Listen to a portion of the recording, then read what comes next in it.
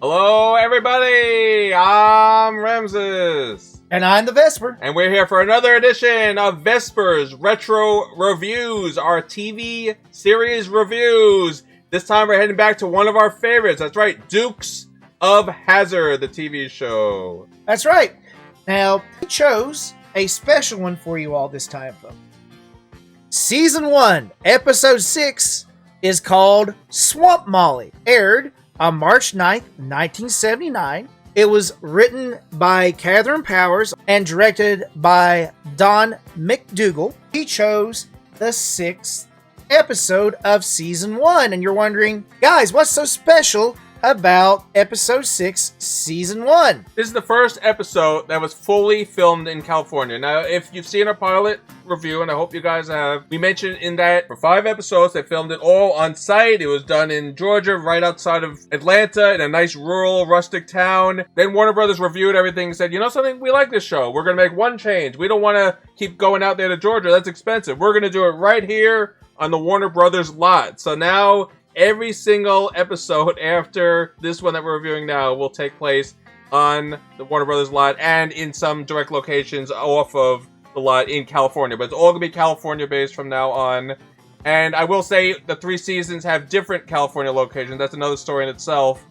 And the show was on for 7 seasons, so that will rotate. But anyway, we picked this because we want to show you the difference in the feel and the rusticness and the overall flavor of, does this feel the same anymore? And that's why we picked this episode. We're not saying good or bad, watch the episode, but this is to see, does it keep that same feel now that they've changed the locations of the show? Only 5 episodes in, by the way. And with this being said, let's get on to the review. That's right, time to look at Swamp Molly. And I'm excited because I want to see if this show that lasted for 7 seasons was able to keep it going here. So as every episode of Dukes of Hazzard, this one starts the same. We're going to get the sneak peek of what we can expect in this episode. And they picked some good scenes. I'm not going to give any away because I want to give the full review of this. Now, I also want to mention that the opening credits is going to change 5 episodes later from the pilot. But now they're going to make one of the characters a main cast member. And that would be Cooter Davenport, played by Ben Jones. He's now going to be in the opening credits. So the opening credits are going to change a little bit, where some of Roscoe's scenes are cut out, and then they put Ben Jones' picture there as Cooter Davenport, so that's the change of the credits. Now, speaking of cast members, we do like to mention when there's notable guest stars in the episode, and for this episode, there's really only 2. First being Neva Patterson as Swamp Molly. She was a really big star in the 50s and 60s, and she was one of those stars that you would recognize her face and not necessarily her name. She was born in 1920, so by the 70s, she was slowing down, and most of her filmography is limited to the 40s, 50s, 60s, and early 70s. She was in The Waltons, The Rockford Files, Charlie's Angels, SWAT, and one of my favorite shows from the 80s, V, where she played Eleanor Dupree. She plays Swamp Molly. That's exactly what the episode is called. This character was based off of a woman that the creator of the show, Guy Waldron, met in the Okefenokee Swamp. So this is, again, oh, you know, I want to relate something to my life in the show. How it comes off, I don't know, because I don't think this would have played out in real life, how it plays on the show. It's very weird. Now, the other important character is someone that Swamp Molly is going to bring along with her. And her name is Cousin Alice, and she's played by Mary Jo Catlett. And I knew it right away. Vespor laughed at me, but that's just how much of a TV nerd I am. I knew right away where this character was from. She is 3rd housekeeper on Different Strokes. You'll remember you had Charlotte Ray, who played Mrs. Garrett, and then you had Nelda Volts, Adelaide, and then you have Mary Jo Catlett, who was Pearl on Different Strokes. And Vespor laughed at me. I said, nope, I know it is Pearl, and sure enough, it was Pearl. Well, to defend, here's a picture of Cousin Alice, and here's a picture of Pearl. The hair totally threw me off. But the voice was exactly the same. That's how I knew. And the funny thing is, the 2 characters that we just mentioned, Cousin Alice and Swamp Molly, they're supposed to be ugly, and they're supposed to be, oh, they're fat and hideous. I thought both of them looked just fine. I know my taste doesn't mean anything, but I was like, wow, to me, they did not look ugly. They didn't look unappealing. Ramses, don't forget, Boss Hogg has been looking at Daisy Duke since episode 1. Of course they're going to be ugly compared to her. And played by Mary Jo Cartlett, I recognize right away. And Cousin Alice is going to come off as a brutish. She likes to wrestle. She likes to get down and dirty. She's conniving and she's powerful. They're both going to play the parts well. But believe it or not, both of these characters really don't have a big part in this episode either. And you're going to see a lot of characters don't have a big part in this episode. But we'll get to that. That's really the only guest stars you need to know. We'll mention when other interesting moments come up as we get to it. So after the opening credits play, we are now going to start with Bo and Luke are busy playing with an outhouse. So who knew that in the new set here, they now have an outhouse in the middle of an open field that no longer looks like the farm that they used to have back in the first 5 episodes. Well, I'm also going to point something out, besides what Ramsey said. As you can see, this is flat. Here's the first episode. Look at the farm. That looks like a farm in Georgia. Look at this. This is not Georgia. This is some flat piece of land that, according to the first episode, should be covered in corn, which it isn't, and you can tell it's never been. You're going to see this is a very low-budget episode, and you have to understand, and we're going to mention this is the reason we picked this episode. We are going to talk about this a lot. They moved it to California. Warner Brothers are very happy with it, but you know the first episode, they're still figuring it out. They cut a lot of corners here on this episode. And there's always something to be said for shooting on site, especially for myself, who has lived south of the Mason-Dixon line his entire life, and can pretty much tell you what the South looks like, and I was instantly going, nope, that's not Georgia in the least. It's very noticeable, and I guess if they started in the first episode with this location, we wouldn't care, because that's what it is, but when you get the audience interested, oh, it's going to be on location, it's going to be in Georgia, this is going to be great, and then you suddenly say, yeah, we're just going to do it in California, we'll pretend. The show kind of feels different, and this episode did feel a little different. Yeah, especially when, in all the previous episodes leading up to this, Bo and Luke Duke could both shoot a bow and arrow and pretty much make Robin Hood look like a fool that doesn't know how to shoot an arrow. So, you're wondering, why are they missing the broadside of an outhouse? Well, Vesper, there's a very good reason for that. You can't see it yet. They have been shooting dynamite at the outhouse, and that's very cool. See that in Rambo all the time, you know, where he's firing the dynamite arrows and everything. I mean, that's what they were trying to do, and it's kind of crazy because if you can't use a gun, can you use an arrow with live dynamite explosive attached to it? The answer is no. You are not allowed to own dynamite. And the other thing I want to point out is the fact that they're using dud dynamite, the shells only. So I want to point something out. Dynamite shell is a lot lighter than the dynamite because there's chemicals packed into it. Trinitrate toluene, to be exact. And I also want to point out that putting a blasting cap on the end of a stick of dynamite, which they shouldn't have if they're shooting duds, even if you shot the outhouse, it would not explode because the arrow's going in, not the actual dynamite. So they just shoot it and just magically... This is probably the best effect of the whole show, and I find it funny because 3 minutes into the whole episode, we're going to use our best effects, our best moment. We're going to use 3 minutes into the episode, and it never gets any better. You know we're in for a battle show here. That's when they're trying to save money. So I get it. But why are you wasting the whole budget right when to start the show? Because, oh, we want to show it a cool explosion. So yes, the whole outhouse explodes. I'm just going to say that the outhouse was full of you-know-what, but it's actually filled with 5 years worth of racing magazines. Yes, and again, that makes no sense because they established later on that the outhouse wasn't even used as an outhouse. It was there because we want to be authentic and we're a old-style family and it's how it's always been, but we've had plumbing for 20 years in the house. So it makes no sense that he's storing all his car magazines in this. It makes for a ha-ha funny moment, but I thought the whole thing was stupid. And it's also stupid because you see the moon there? Rain, son. It's going to get in there and ruin your magazines. Yes, so that would have been a horrible story. And I also want to point out that the paper that is falling down from the skies like snow is shredded paper, not actually a paper that's gone through explosions. Yes, and the magazine paper would have been very different looking as well. I mean, there's 100 different complaints we could say, but that's neither here nor there. There you go. The explosion doesn't get any better than that. So what happens? Uncle Jesse runs out. Oh, what are you boys doing? Are you crazy using live dynamite? And then Bo's like, oh, gee, I didn't know I was using live. I thought it was the dud. Whoops, my bad. And there you go. And Jesse's like, well, you're going to have to rebuild it. I'm going to give you a week. And I'm like, why is he throwing out a week? Like, where did he get that figure from? 1 week to rebuild this outhouse or else. And we never find out what the or else is. I guess he'll smack him or something. But well, I'm also thinking along the lines of, why a week? It's an outhouse. You probably get that done in like less than a day. Yeah, exactly. So they're arguing about the outhouse, and now here comes our titular character, Swamp Molly. A red truck that they're going to use again for other characters shows up, and it's Swamp Molly and her cousin Alice. So here we go. We got the main co-stars showing up. Stops their argument right then and there. And that's because the Duke boys are not necessarily happy to see Swamp Molly and cousin Alice coming because, quite frankly, they take advantage of Uncle Jesse and them. All this stemming back from a little incident in 1936 where Swamp Molly saved Uncle Jesse. And they've already repaid this debt twice over, and it's said here right in the opening scene, so these are not likable characters, and I'll tell you what, boy, do they take advantage of them. Yes, and they mentioned it very clearly that she only comes to visit when she wants something. And you're going to find in this episode that everything is how you feel it is. There's no tricks, there's no jokes, there's no hiding things. Everything is as it is clearly stated. And either that's good writing or bad writing. That's up to you to decide if being exact is good or if throwing a few curveballs is good. And as Swamp Molly and cousin Alice get there, we have to, of course, pan out and see that Roscoe P. Coltrane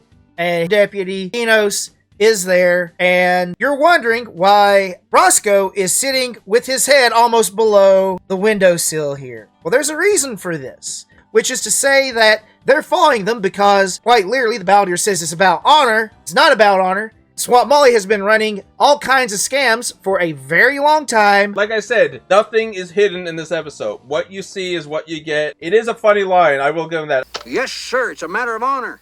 No, it ain't. No, it ain't. It's a matter of pure greed. And they are not hiding the fact that Boss Hogg wants money. He doesn't care how to get it. He doesn't care how you go about making sure he gets rich.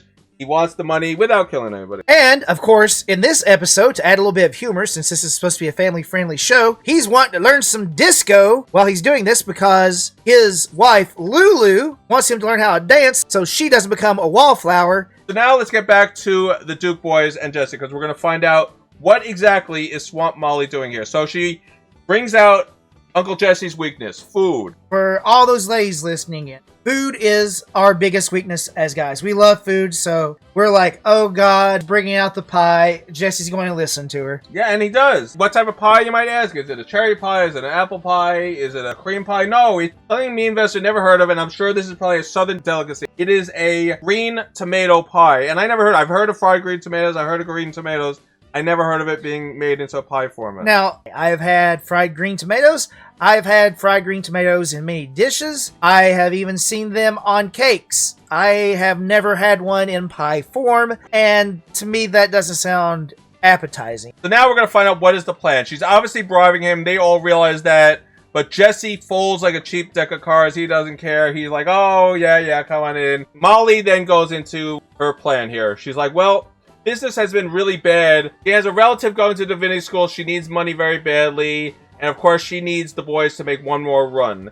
And Jesse's like, one more run? No. They're on probation. We can't do this. Absolutely not. She's like, oh, it's Prime. And we're like, oh, is she talking about Optus Prime? Is she talking about Prime memberships? I'm assuming Prime Moonshine. But now, we get to see why Roscoe was hiding behind the door in that earlier scene. It's because he's wearing this. So, he's now in full army fatigues, all camouflage. He's wearing the stereotypical outfit. And then he takes out this wacky, gigantic antenna, army surplus walkie-talkie that he's bragging to Enos, I just bought this morning, it's going to be great, we're going to make use out of this. And this starts his B plot here, where Roscoe's going to be in all military CB talk the whole time. Everything he says is going to be code. And by the way, Roscoe is Red Hound and Enos is Blue Fox. Right. So now after we see that this is what they're up to, pretty much Roscoe and Enos are spying on Molly. It's not meant to be on the Duke boys for a change. They're actually spying on Molly, trying to figure out what she's up to. And that's on orders of Boss Hogg, of course, because he wants to get her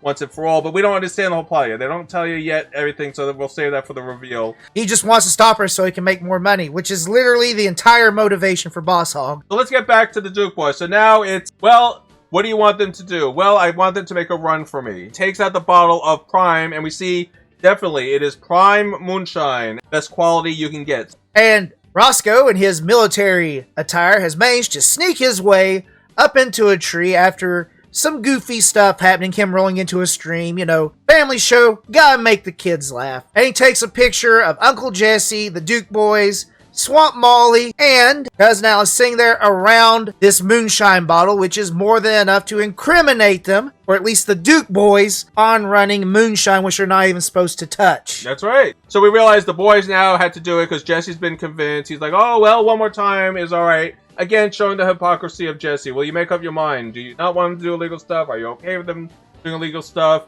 You've already paid her debt back 3 times over. You mentioned that, and now you're going to be like, oh, all right, one more time, won't matter. I remember from the first episode that we had at least a 3-minute monologue on why they can't run Shine, and I was like, nah, it's okay. I guess it's for a good cause, This one would just blackmail me with a pie. I wish there was continuity in the show. That's my whole problem. You're going to see that things don't make sense. They contradict each other. And I get it. Every show has different writers. You're not having the same writer in every episode. But some shows take this a little more serious, where you have a Bible, where you write down all the important facts, all the things that have been established, so that writers, as you're moving forward, can base it off of what's already established. No, not here. Jesse's like, yeah, you gave me a pie. This is fine.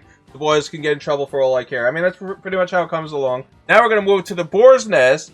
And Daisy is mad at the boys as she's serving. Now, before we get to her being mad, the boar's nest looks totally different, and that's like really the first change to the feel of the show where you really feel like this is a set on a Hollywood studio. And as you can see here, this is the boar's nest from the first episode. It's an actual, real, honest-to-God building. This is the boar's nest now. Notice anything difference between the inside and the outside here? 3 walls quickly plastered together. It has no life, no flavor anymore. It looks like they just quickly put this up and said, yep, that's the boar's nest. Looks close enough, whatever. It looks nothing like it. It has 0 personality. I get it. This is the first episode they're doing on the new location, but they could have spent a little more time and love and money to make this look like it really is matching up. It does not look proper at all, but whatever. We're only here for a second anyway. This is just to get Daisy into the plot of the show. So what is Daisy's plot? Daisy's plot is to either join the boys or stop the boys. Since she can't talk them out of stopping it, she wants in and she wants to help any way she can. And she comes up with some wonderful ideas, which actually serve to let us know something's kind of fishy here, because A, Molly has locked the door to the van so they can't move the Shine through another vehicle, run a distraction, sort of like Cannonball Run. Well, because of this makes Daisy want to drive the truck, and they're like, nah, we can't do that. So basically what you're coming to find out is that they're going to have to run some oil slicks and some other tricks that you've seen in every single moonshining movie up to this point. Alright, she can't drive, we can't move it. What if we just, in plain sight, drive the truck? And like, huh? Cooter, yes. So now we're going to start to have Cooter have a very more prominent role. He's going to have his own garage that shows up in almost every episode, and he's definitely now a major character in the show. We'll have Cooter disguise the truck, and they both grin. Remember how I just mentioned the boar's nest sucked? Well, now we're going to have Boss Hogg for about a half hour of this episode. One room, a very small set, and it looks really just not done well. It's going to be the office in the boar's nest. And he's just going to be in different positions all throughout the half hour that he spends in there. And again, you can see they're just so bottling the show. And then the door burst open, and guess what? Roscoe is no longer wearing the army fatigue. That's right. He's come to show him the pictures. And Boss Hogg is extremely happy. And he's like, Looks like you took a correspondence course in brains and actually passed. No, I didn't. But I did take one in photography. Them ain't half bad, are they? Now, I developed those myself. don't get me wrong, I love these comedic parts. This is probably some of the best you're going to see in a lot of episodes. See the interactions, because that's what people are wanting to see. But all this is a build-up. So what we find out here is that Boss Hogg has been after her for 3 months now. We don't know why. We don't know what it's about. What me and Vesper assume, and I think we're right, is Boss Hogg has control of the whole county. So I'm sure he controls all the alcohol flow. He controls all the regulations. Boar's Nest is probably a very big seller of alcohol. So he wants to cut her off because I think, and they don't make it clear, so we have to assume some things. We think that it was all about moonshining, and they wanted to put a stop to it because it's cutting into his profit. Because they say, 3 months I've been trying to go after her, and she's cutting into my profits. And that's the motivation why Boss Hogg has Roscoe stopping everything to go clearly after Swamp Molly. In Hazard, when everybody thinks they got everybody else pegged, ain't nobody right. That's when the fun's just about to start. I don't know about fun, but I do get where they're going with it. Roscoe and Boss Hogg's interactions are always great. You don't need any convincing by me. I love the two characters together. Two actors were dear friends. They played off each other so well. It was always a great interaction. But I don't know if Valdir is going to suddenly convince you, oh yeah, this is going to be fun all of a sudden. Because it's not fun. A lot of talking, a lot of nonsense, a lot of world building, but it just seems like we're going around in a circle for 45 minutes here, and I'll explain more what that means as we get to it. But now we're going to see more of the wonderful California background, because now we really start to see that we are in California. So as you can see here, we're on a road, one road in the middle of nowhere, with ways around it, mind you. And we have Roscoe back in his battle fatigues, directing this poor guy to start making a barricade. I'm going, why don't they just put out the strips? They use them all the time back then. Why a barricade? And furthermore, why are they back in California? Because those hills are way too big for Georgia. And it's sad we have to mention that, but that's the whole reason why we reviewed this episode. I want our viewers here to understand that when Warner Brothers made the decision to take this out of Georgia, well, now you're losing that authentic feel here. You very clearly can see this is not Georgia, and it's sad that you've lost something because they changed it, but that's unfortunately how it's going to be, but it stands out like a sore thumb now. Especially if you've lived in the South all your life, and you're like, man, I can tell that is not anywhere near here. And Roscoe is going to abuse this poor guy, and we'll get more to him in a bit, who's building the barricade. He's going to say, meaner, I want it meaner, I want it meaner, and that's it. So he's trying to play the role of a drill sergeant. That's the idea, because he's wearing the fatigues, so he's supposed to be this tough, but it's just not working right. But that's okay, because that actually works into Roscoe's character. But alright, well, let's leave them there now. So now we're going to get to a set that I don't like at all, but it's used in almost every episode, and that's Hazzard Garage. And it looks so cheap. It looks so phony. It looks like it was just a facade put on a set here in the middle of like Fake Town, USA. And again, with the new location, we have Cooter now as the main character. He was not a major character in the first 5 episodes, but now that we're in California, we can give him his own garage on the set, and that's where he's going to be located out of. So they both roll this truck into the garage, and Eno sees what's going on. He's like, yep, they're in there, and he calls them Tweedledee and Tweedledum. That's the code names for Duke Boys. And now the Duke Boys are going to have a fun conversation with Cooter about this truck. Yep, they want him to disguise it, and they give him carte blanche. After Cooter agrees to this, they walk out, and Luke is absolutely pissed at Bo, because he's like, why'd you do that for? You ruined it. He goes like, what are you talking about? I got him to do it for free. Yeah, but I could have got him to pay us to do it for us. Yeah, haven't you ever read Tom Sawyer? I mean, Vesper knew that right away. I mean, who hasn't had to read that stupid book? I'm sorry for all your Tom Sawyer fans. And for those that don't realize, it's the old trick of Tom Sawyer made it seem like it was so much fun and so great that he tricked these other kids into doing his work for him. And all it was he was using his brains to get out of doing the chores that he was given. And Mark Twain came up with that whole thing. You see it in so many TV shows and cartoons and comic books, the whole turning the tables and tricking everyone to do your work. That's where it was all established. And it is a great line. It's actually very creative that they do that. But Bo gives like the stupidest look to Luke when he says that, and that ends the scene. So you can already see that it's a weird episode. It's weird. Like the painted truck is not even going to have any real play except for one scene. That's going to be it. And the best part is now we have yet another scene shift, which is starting to become a real problem with this episode, is there's too many scene shifts. It was a long night, but Roscoe never gave up on the building of this stupid barricade, because he was paying this guy $1 an hour for that roadblock, and he wanted to make sure he got his money's worth. But Roscoe's being a real jerk to this guy, and that's the funny thing. And me and Vester are like, is he going to have a line? Is he going to have a line? Because there's a whole Hollywood procedure. If anyone has any line, and that's one word, one sentence, anything, if you make and utter a sound, you get paid.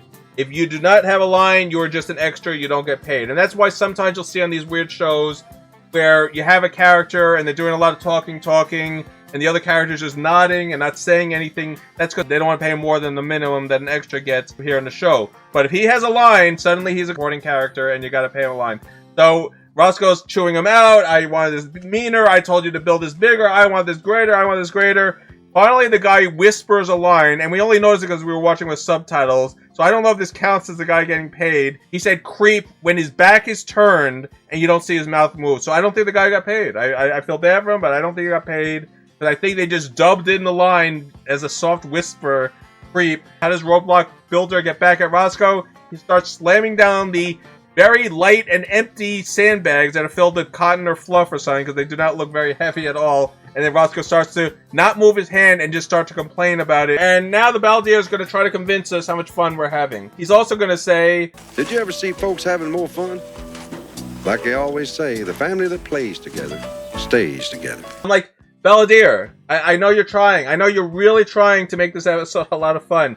Please stop saying how much fun you guys are having, because we're not having fun here. This is not an enjoyable experience. That's right. And now we go back to the Duke farm, where Daisy, Bo, and Luke are preparing for their wonderful escapades. Pick up the oil. And you know it's oil because it literally says oil on the drums. That's right. I love when the prop department is like, oh, they got to know what's in there. They got to know what this is. We got to put the text. Yeah, write it out. That way the audience knows. They're going to use it as an oil slick, and they did mention this. Why would you write oil on it? Because it's for the audience. I get it, but it's silly. Logically, it makes no sense. But wait, there's more. Scene change. Now we're going to go back to the garage where Cooter finished it. So in 8 hours, we're supposed to believe, which again is ridiculous, that Cooter came up with this. It's fully painted, fully designed. It has cherubs on it. It has a sign with ice cream prices. It has ice cream cones all over. It's painted green with flowers and designs in 8 hours. The man is a genius, as we've seen from the previous episodes. And he also brought a bell with them so they can at least ring and pretend like they're selling ice cream. Which makes no sense because they're not selling ice cream. Why would they want to attract anybody? Guys, I'm not joking. 2 minutes of exposition, scene change. 2 minutes of exposition, scene change. Nothing exciting is going on here.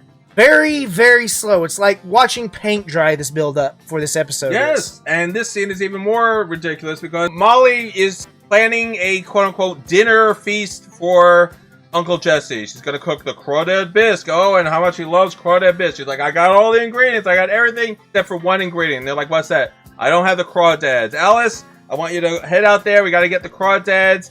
And Alice is like, all by myself? No, I can't go all by myself. What if someone violates me? Now, this is meant to be hilarious and let you know something's up because during the beginning scene, they reference the fact that she won the hog tossing contest 3 years in a row. She is not some delicate flower. And she's good at wrestling, and she can take care of herself, and even Bo is terrified of her. So it's all very silly that this is actually working. But Uncle Jesse's like, oh, I'll go with you to the swamp. And now he puts on his red hat. And this is important because that's going to become iconic to Uncle Jesse. This red hat is going to become Uncle Jesse's staple. He's always going to be wearing this hat when he's on location. Both of them look at each other, that both being Molly and Alice, and saying, get back by 4 o'clock. 4 o'clock, got it? And they both nod at each other as if something about 4 o'clock is mysterious and that we should know about. So all the pieces are being put in place. And again, the writing is so basic here that there's nothing really hidden. Yes, there is something that 4 o'clock means, and it's not some going to propose to him something. We'll find out what it means. So now the balladeer is trying to excite us even more, because isn't this exciting, Vesper? We're going to go for crawdads. Wow, that's so exciting. We're going to drive a truck. This is great. Looks like old Roscoe's finally got it together. Right here is where things really start cooking. Wow, this must be the most exciting scene ever, Vesper. I can't... No, it's not exciting when you do it. Let's hear what the balladeer actually says and see if it makes them excited. Looks like old Roscoe's finally got it together. Right here's where things really start cooking. Do you feel excited? I was. I love Waylon Jennings. Miss Ramsey's here, not that good of balladeer. So first of all, Bo is not actually running ahead of the truck, which is what he should be doing. And Daisy is supposed to be behind, being their trail and backup. And then Daisy gets a flat just suddenly. One scene she's driving, next she's changing a tire. That happens more often than you would imagine. And it's absolutely amazing that Bo, who looks like he's in front of the truck, is no longer in front of the truck. He's behind, way behind. They find this roadblock. I mean, you can see this thing for miles. Yes, and what happens again is supposed to be funny. I didn't laugh. It doesn't mean it's not funny. I just didn't find the scene funny. So it's Enos acting like Enos. He's going to see the ice cream truck approach. He doesn't recognize this Luke because Luke is sort of ducking down. He's wearing an ice cream outfit. And Enos is all excited. He's like a little kid. Oh boy, ice cream. And he's like, oh, and he's looking at all the flavors. He's like, I want the peanut butter dually. Oh, I love peanut butter dually. I want the peanut butter dually. And Luke realizes the gig is up. All right, so Luke's like, I don't know how I'm going to get out of this. I might as well just give it up and we'll see what we can what happens because backup is showing up.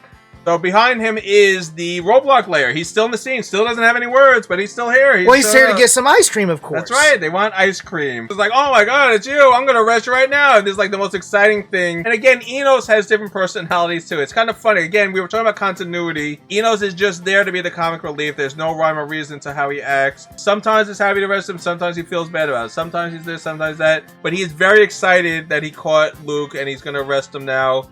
Only for Bo to come up out of nowhere. They fast time him, literally coming up, turning, jumps out, and pulls out the bow, one stick of dynamite, and it blows all of this roadblock away to only see good old Luke jump back in, drive through it, and hits one of the actual hay bales that was holding up the entire thing. Right, so why didn't he just do it in the first place? I don't know. I guess for $1 an hour, you get what you're paid for. That's what the point we're trying to make. And they all drive off. Now we have a weird chase. So we have Enos is going to try to chase the truck. We have the General Lee is joining the chase. And now we have Daisy with the oil drums joining the chase. And she's going to be the one that has to stop Enos. Roscoe then is ahead of them. And he's going to think ahead and say, well, if one roadblock stopped him, I'll get him on another.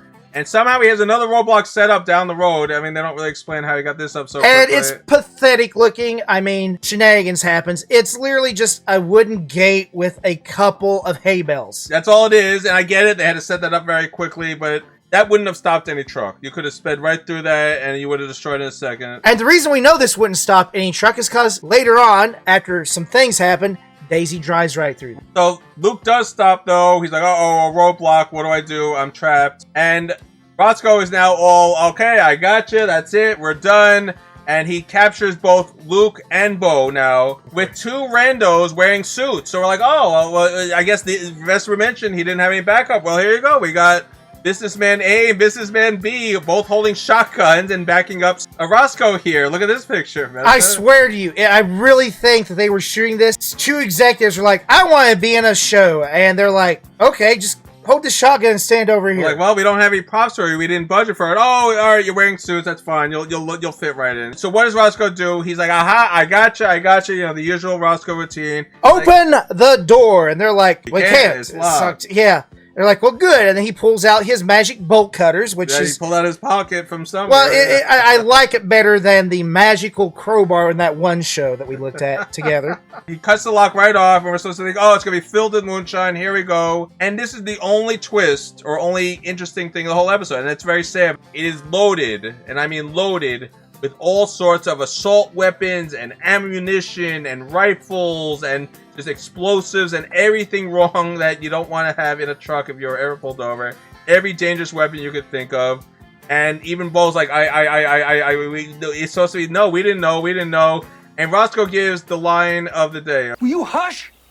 It wasn't bad enough you run booze, now you're running guns to those pinko fascists. It's really funny that it goes like that extreme. Yes, they're running weapons to the communists is pretty much what he's accusing them of, which is a very weird accusation to make. Well, this is all up to this point has been foreshadowed because they're like, they took Uncle Jesse away. Why are they luring Jesse away and all this? Why are they locking up the moonshine in the back of the truck when it's a standard tactic to literally make everybody think you're going in one car and the moonshine's actually in another? And if that had been so, this would never have happened because they could never have found the vehicle. That's right. So the whole plot is so ridiculous. I mean, look at the back of this truck, Vester. So where the bleep did Molly get this much stuff? Who is she selling it to? Where did she get it from? Are there consequences if they get taken away? Is she going to get in trouble? Like, there's so many questions about where this all came from. And such as, is there really a cousin going to divinity school? I mean, at this point, I have no idea what's going on, because this makes no sense, and I'm only going to emphasize how ridiculous this is, because later on in the show, Uncle Jesse says that she just usually cheats at bingo, so where the hell is she getting the money for this? Yeah, it makes no sense at all. And I guess it's supposed to be, ha ha ha, funny, we got you, what a twist. That's fine, if you want to do a twist like that, but it doesn't make sense. It just doesn't make sense. Why is she trying to get people that she likes in this much trouble? I guess she thought, oh, we don't get trouble. Well, she did. because she kidnaps Uncle Jesse in the hopes that they're going to be forced to do this. So the whole plot makes no sense. So we're supposed to believe that Roscoe is standing there with a car. He's fumbling and mumbling, trying to read their rights. No, it was lucky for the boys that old Roscoe was a slow reader. See, he wanted everything to be real legal, so he didn't skip any of the parts. To give you an idea of why this is so stupid, is because here's what Roscoe was reading. You have the right to remain silent. Anything you say can and will be used against you in a court of law. You have the right to talk to a lawyer for advice before we ask you any questions. You have the right to have a lawyer with you during questioning. If you cannot afford a lawyer, one will be appointed for you before any questioning if you wish. If you decide to answer questions now without a lawyer present, you have the right to stop answering at any time. And of course, they always end it with, do you understand the rights as I read it to you? And you're supposed to say yes, and there you go. You have now been given your Miranda rights. And if you clock that, that took a good whopping 15 to 20 seconds to read all of that. So we're going to guess for Daisy to catch up after changing a tire and flying at warp speed, according to how fast this happened, that Roscoe was reading about 1 word per minute. And it's Roscoe. I get it. Roscoe's bumbling. Roscoe's foolish. Roscoe's silly. But 15 seconds, he turned into 2 minutes. That helped Daisy catch up. It's ridiculous. Again, the plot makes no sense in this episode. I don't think they understood what they're doing here. This does not make any sense. I can raise you another one. Why were these random guys having the card when the only police officer that we see in this episode is Enos working on this with him? Right, who are these 2 businessmen with the shotguns? So of course Daisy's gonna show up. She starts throwing firecrackers out of the window of her truck, and now Roscoe stops reading all of a sudden. We're under attack, they got us, they found us, oh my god, and he runs for cover, leaving Bo and Luke right there. Making you think that the pinko fascist he thinks they're looking for is there to get their guns. No, it's Daisy, and she runs clearly right through the barricade. Boys jump in their vehicles, and then she stops in the middle of the hay and mud and drops off her oil slick before going. And I'm going to tell you this. Oil slicks are really only good when you've got, a hard surface for you to slide on. This will do many other things, but where she dumped it, there is no way that somebody's going to spin out. I'm just saying, I'm just pointing this out, not that I've put any oil slicks down or made Ramses fly off the road. Yeah, not that I have experience with him testing out this theory. And I'm sure the scene didn't work right, but they went with it anyway. She pulls the thing, the oil sort of just pops out really awkwardly. Very avoidable, by the way. Very badly done scene. Like I said, you better get used to the explosion of the outhouse, because that's the best effect in this whole show. I mean, even the roadblock blowing up wasn't even that impressive. Now we're going to have a chase, and it's not a very good chase. So it's going to be, Enos is going to go after Daisy, who set up the whole roadblock, because Daisy now, who burst through the barricade, it was very easy to burst through. We don't know why the truck stopped in the first place. And now Bo and Luke go on their way with the truck, and generally Daisy's now going to stop Enos, because Roscoe's still all in an awkward situation. He's like, Travis, you got to get her, you got to get her. And Enos is driving like a lunatic, going around in circles and going on all off roads. He's not even like following her. The whole thing makes no sense. And she just drives by him. And of course, what happens? Enos hits the oil slick, starts to spin out, and he goes right through Roscoe's car, destroying it. Flips over. He does the A-Team routine where he crawls out and he's smiling. Daisy blows him a kiss, and he blows her a kiss back, because remember, Enos and Daisy do have an affection. So this raises more questions. They got away, yet running guns means they could literally come and get you. They know where you live. Daisy's an accomplice. There's no hiding. There's going to be a manhunt if this were any other district. But Hazzard, here, our good guys have morals.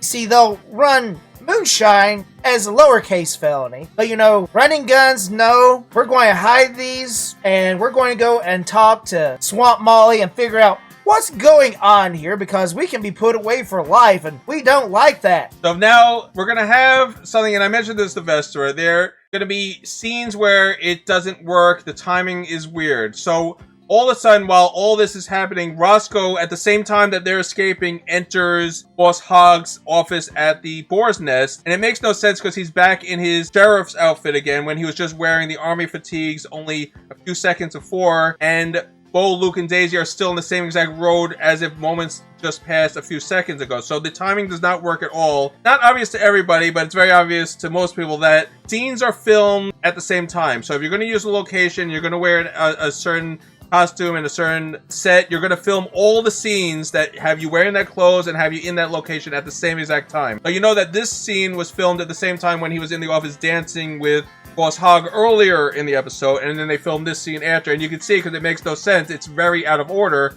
So you have Roscoe bursting in, and he's like, I did it. I called the FBI. They're going to take care of the weapons. And Boss Hogg is furious. He said, you better get rid of them. And now he threatens him that I'm going to leave your fat sister, and she's going to go live with you from now on. And that scares him like no other. He's like, I'll get rid of him. I promise. Yeah, and Roscoe's like, but you wouldn't do that. Look, Lulu keeps a good home for you. I'll hire a housekeeper. She'd eat less, scrub more, and sleep downstairs. Even the Baldier is like, uh-oh, if that doesn't motivate Roscoe, nothing will. So it's all silly because now Boss Hogg wants the weapons for himself. He mentioned very clearly, it's all about greed. He wants to sell the weapons. He wants to make the money on this. He doesn't want anyone else getting this. So now we have to get rid of the FBI agents. I mean, this is such a time filler episode because they're throwing in randos here. Like, they had the guys in the suits, they have the guy building the barrier, and now we have 2 FBI agents show up in Hazzard County on the same day, by the way. Hey, we just called them. Here we are. Wow, that's amazing. So, as you can see here, as soon as this happens, by the way, Roscoe is in his office. Here's the thing. As soon as this happens, I look to Ramses and go, you know this is bad writing when the only reason they're putting this scene in is to kill another 5 minutes. And that's exactly what this is, because it is the stupidest scene, and we've already had a lot of stupid scenes. The conversation the sheriff has with these 2 FBI agents would make him seem insane, unfit for the position. We might want to look into removing him. Pretty much saying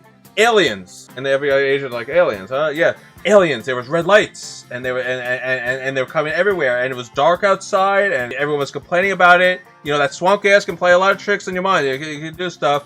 And like, called about guns, didn't you? He's like, that's right. Hallucinations. I had hallucinations. I thought I saw guns. I called you right away. I knew it's what I had to do, but they weren't there. It was a hallucination. I must be going crazy. I must be insane. If this had been anywhere but a TV show, the FBI would be like, we were going to recommend you go to a psychologist, because here's what they actually say about Roscoe here. Tell me, Sheriff. What? Have you checked with your doctor lately? No, I can't afford it.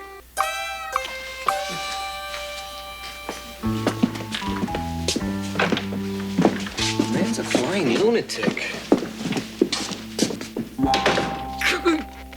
Total tropes from the 80s and beyond. I mean, I can only imagine if this happening in real life.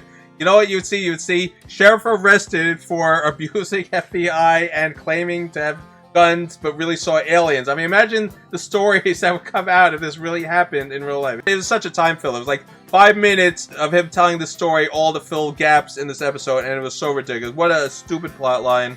Yeah, this was very cringy. The more I watch it, I was like, man, it was just that bad. But guess what? Time for another scene change after that. So what we see happening now is the fact that they are showing Jesse out there in the swamp, catching crawdads. They're going to have a good meal. She literally throws the motor into the swamp so they don't get back by 4.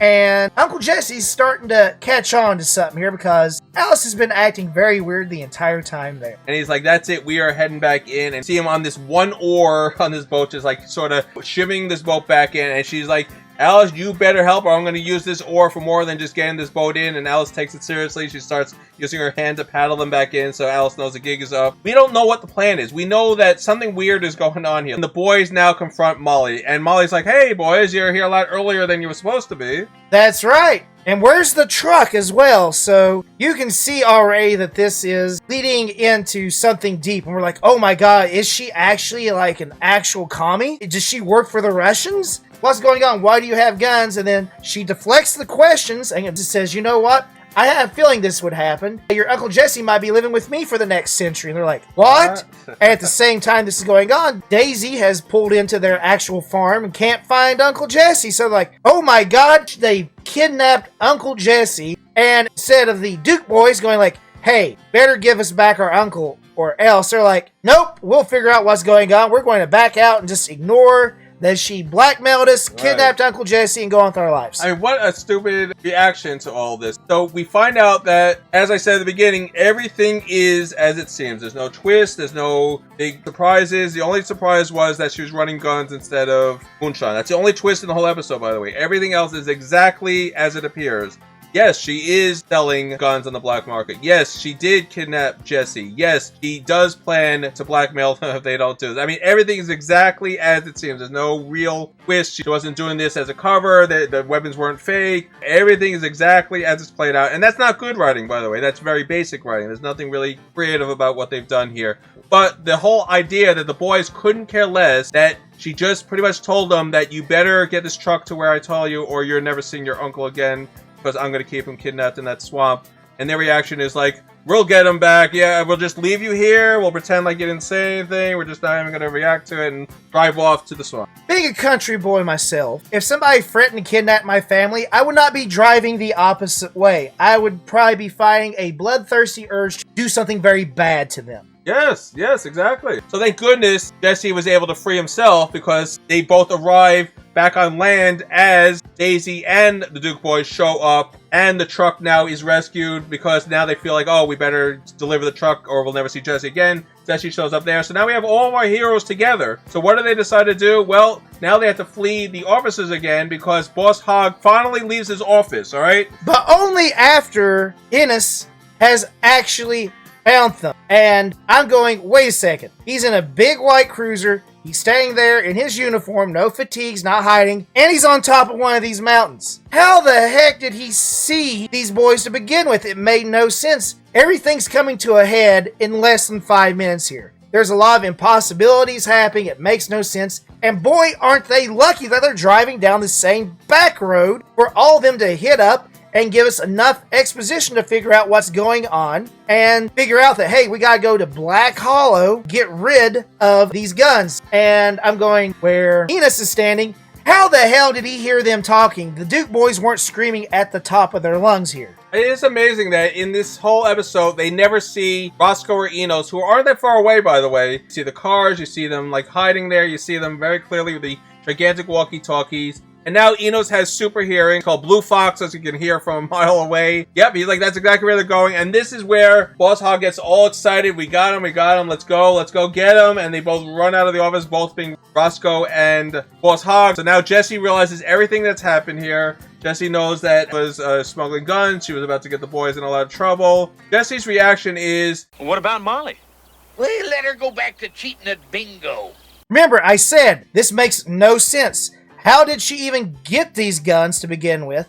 I mean, did, like, Alice, being the true beast that she is, like, rob an armory? I mean, this literally makes no sense if the biggest thing she's doing is literally cheating at bingo. it is so ridiculous. I mean, the plot, it went from, to what, to now ridiculous. I mean, I know the show's not super serious, but logic is not with us anymore in this episode, and it gets even more ridiculous. So now they decide we're going to blow up the truck. That's it. We'll get rid of all the evidence. We're just going to blow it up at Black Hollow. Bo and Duke will be fully cleared of all charges because the evidence will be totally gone. You can't prove anything. So what happens is Luke fires the arrow, and it's a dud. Nothing happens. He just hits the tire, and that's the end of it. And they're like, well, no, what do we do? I know, we'll throw it into the lake. That's it. There's quicksand at the bottom of the lake, and that'll send it all the way back to China. That was exactly what Uncle Jesse said. So they all start pushing, and he's like, Alice, you get over here and start pushing. And then suddenly, as Alice gets there, the whole entire truck just starts moving. It was actually. And I do want to point something out. Quicksand is where water runs through sand in shallow pools.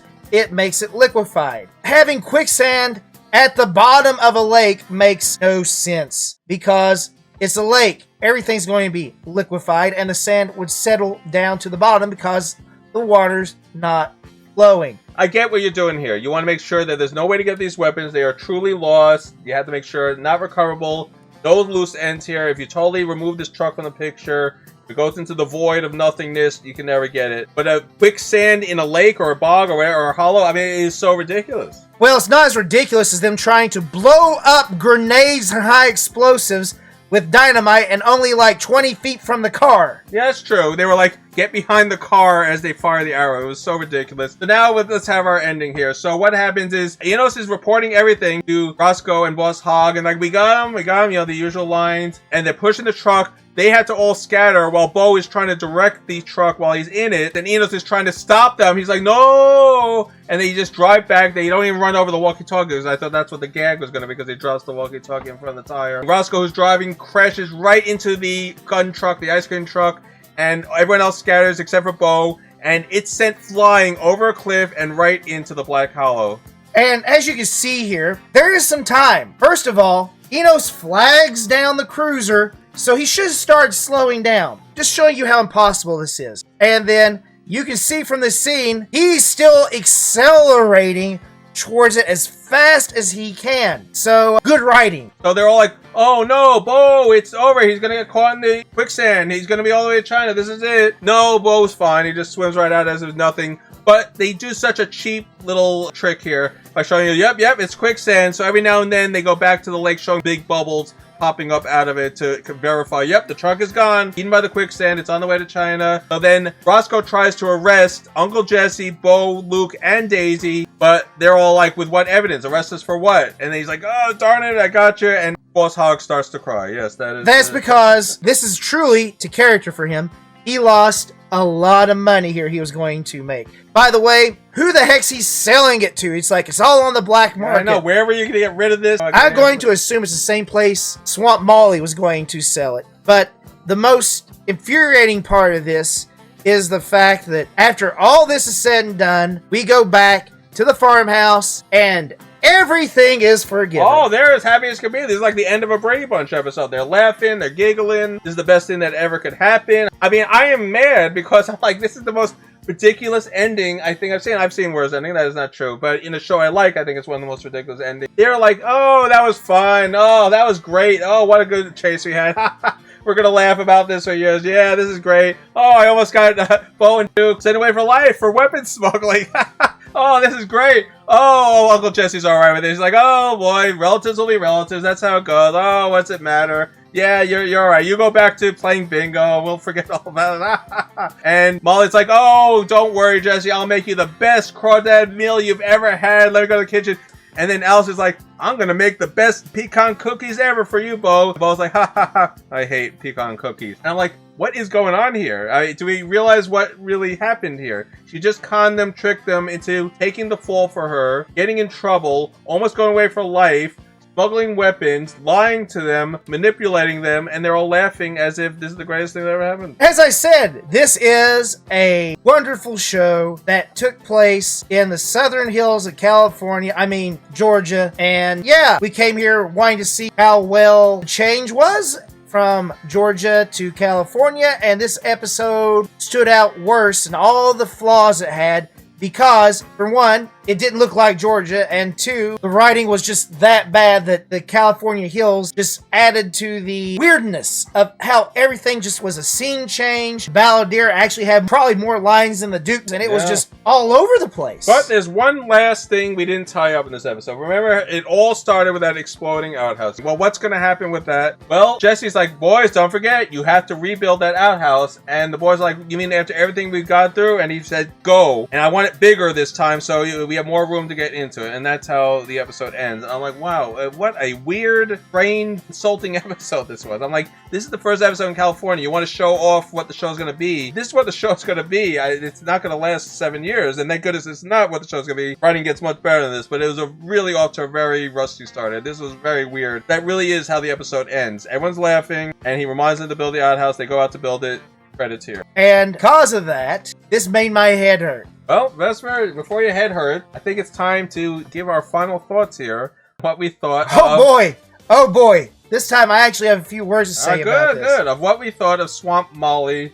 And we're going to let our balladeer here, our own balladeer, Vesper, lead off the baton and get right into it, because I think we both have something to say about this episode. And again, feelings matter to us, and we are sorry if you love this episode, but we here on Vespors Retro Reviews are always very honest with our reviews on anything we watch, and the comment section is your friend. Feel free or agree. You are allowed to agree with us. But Vesper, with that all out of the way, let's hear your thoughts on Swamp Molly, episode Number 6 of the first season of Dukes of Hazzard. Well, the first thing I want to talk about is the fact that, for me, what took a lot away from it was the fact that they had moved it from Georgia to California. Now, growing up, watching this, I had no idea they ever filmed in Georgia, but going back now as an adult, watching the first 5 episodes, there is a total different feel between Georgia and California. And that feel comes from the fact I've been to Georgia, I've lived in the South, I know what it's about, and it just did not feel the same. And another problem was that you had people writing about the South who probably never lived or interacted with anybody from the South, except to figure out that, I guess, people are evil if they wear cowboy hats, like in the A-Team. So, I mean, lack of understanding, and takes a little bit away from it. Now, this things they got right, I felt, was the interactions. God bless it, everyone. This episode was awesome because you saw Roscoe and Boss Hogg interacting, and Enos. You saw Dukes acting with Uncle Jesse. You saw them acting with their friends. You saw them acting with Daisy.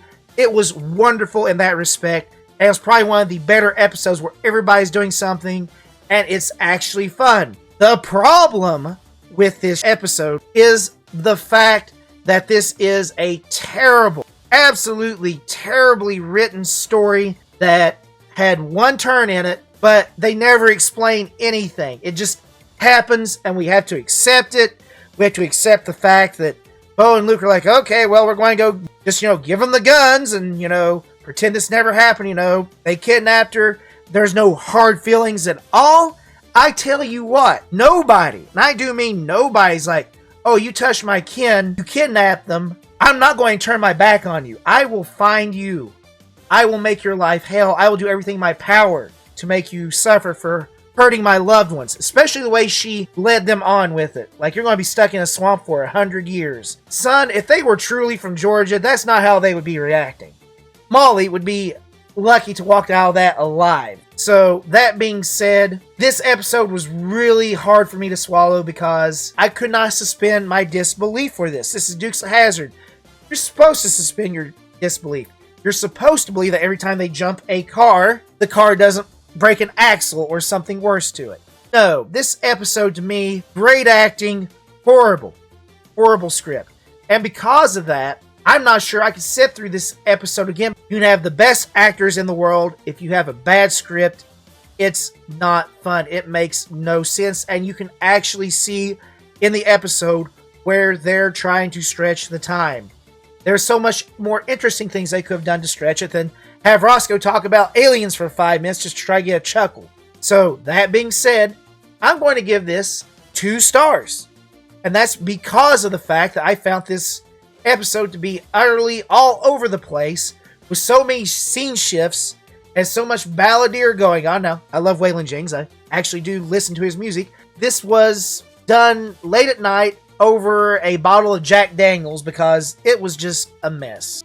Yeah, it really was. And I started off this review by warning you guys, see that outhouse blowing up? That is going to be the most exciting and most budget-using moment of the whole episode. And I wasn't kidding. That really was. That explosion there, where all the budget went, where all the ideas went, where all the action went. They started 3 minutes into the episode showing the most action-packed scene. And I said, uh-oh, that's a bad sign. You're starting off with your best foot. Can't get better from here. And it didn't. It did not get better from there. So they start off with an explosion, and that's all we get. We get a car chase, but it's not very good at all. We get a lot of standing around cheap sets. We get a lot of exposition. We get a lot of long explanation of things. We get a ridiculous moment with the FBI agents. I mean, the whole FBI plot line, is thrown in there. We're running short on the script. We gotta throw something else in. I got it. We'll have 2 FBI agents show up, and Roscoe can talk to them for a few minutes, talking about how crazy he is, and they'll just sort of say, yep, he's crazy, and just walk out as if nothing happened.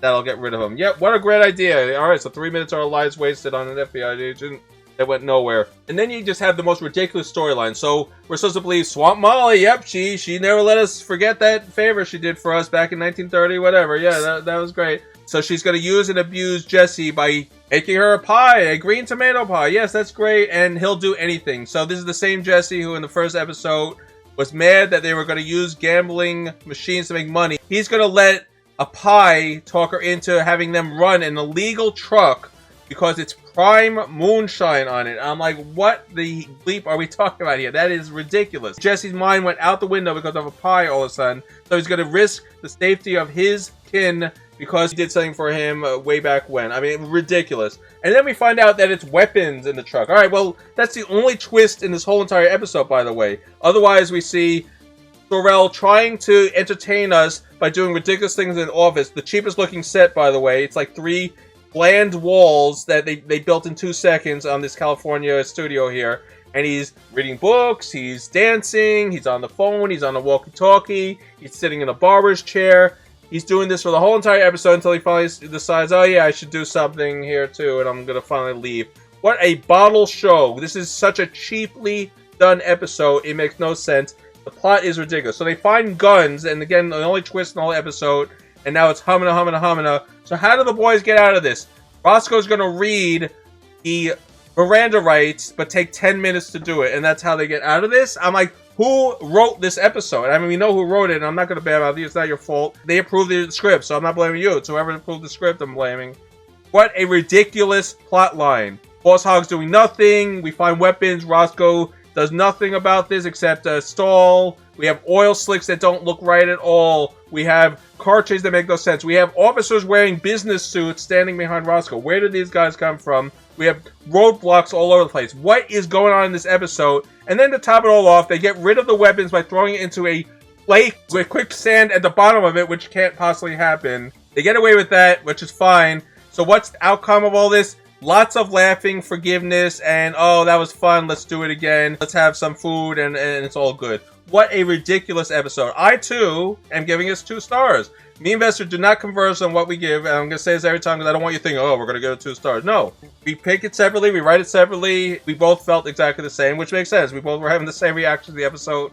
The outcome's going to be the same. Could have been 2.5, could have been 1.5. It's not 1.5 only because I thought the actors were really good. Really good. I loved every actor in it. Even the guest stars were great. The one who played Molly, the one who played Alice, they were great. Great actresses. I think they were great. So I have nothing bad to say about that. But that's the only thing that really saved us from being a 1.5. As I said, Ramses, you can have the best actors in the world, but if your script is crap, your episode is crap. Yeah, and that's why I guess the 2 stars from both of us. It really is not enjoyable. And I am sure there are many and plenty that love this episode, and that's fine. We always review on what our reactions, whether it's good or bad. It's our reactions when we're watching the show now. Some people do, oh, I'm going to review it as if I'm 12 again watching this. No, we do it, what are Ramses and Vespors' reactions watching this currently? That's how I want to review something. What are my reactions now watching this? I do want to remind everybody, and I said it before in the first episode, I grew up watching the Dukes of Hazzard. I loved it. There's some good episodes, there's some bad ones, and there's some that are in between that may make some people happy and others unhappy. This is one of them. I love Dukes of Hazzard. I think it's a great show. There are bad episodes. The reason we picked this episode is because we wanted to show you what the show feels like now that they're in California. Now, it's not a good episode to pick because, again, this was a bottle show. They went very cheap on it. You can see the move from Georgia to California was probably very expensive, so they wanted to cut costs. This is probably not a good episode to pick, but I think it's a good thing we did pick it because we are showing a little bit of history here. Wow, look at how much they had to cut back. Look at the ridiculous story they had. Look at how much they didn't really hide that it was California. It's a very interesting episode. It sucks that it's not so good, but it's also a very good choice because I think it does show the transition from Georgia to California. Where are we going? Where did we come from? We'll get to better episodes in the future. So no, we're not just going to be, oh, well, Dukes of Hazzard over because this episode sucked. No, it's a bad episode, but I promise you, we are not done with Dukes of Hazzard. We love this show, and we will get better episodes or worse. We're just going to pick episodes that we think are fun for one reason or another. Not the best episode, but it shows you how the change to California is going to take place. You're going to have cheap set, you're going to have weird things that don't make sense in the background, and it's going to feel very comedic now over the more serious tone that the show was. But that's what Dukes of Hazzard is. It lasted 7 seasons. Obviously, they did a lot of things right, and some things wrong, like this episode. So, please don't forget to like, comment, subscribe, and ring that bell, and we'll bring you a lot more where this came from. We are far, far from done with our reviews of our favorite TV shows. Not every episode is going to be great, but not every episode is going to be terrible either. And that's the fun of looking back on some of our old favorites. And yes, Dukes of Hazzard is one of our old favorites, and we will join it again soon. please do comment. I know we say that every time, but we do want to hear your comments. Good or bad, opinions are always welcome, even if you don't agree with us. But hopefully some of you guys do agree with us. I hope you guys can go into this with an open-minded thought that current Vespor and Ramsis looked at the show very properly, and this is what we took from it. But you guys can have a different take and tell us why. That's all. Yep. So, that being said, don't forget to yell hee-haw, because we are out of here. See you all next time. Goodbye, everybody.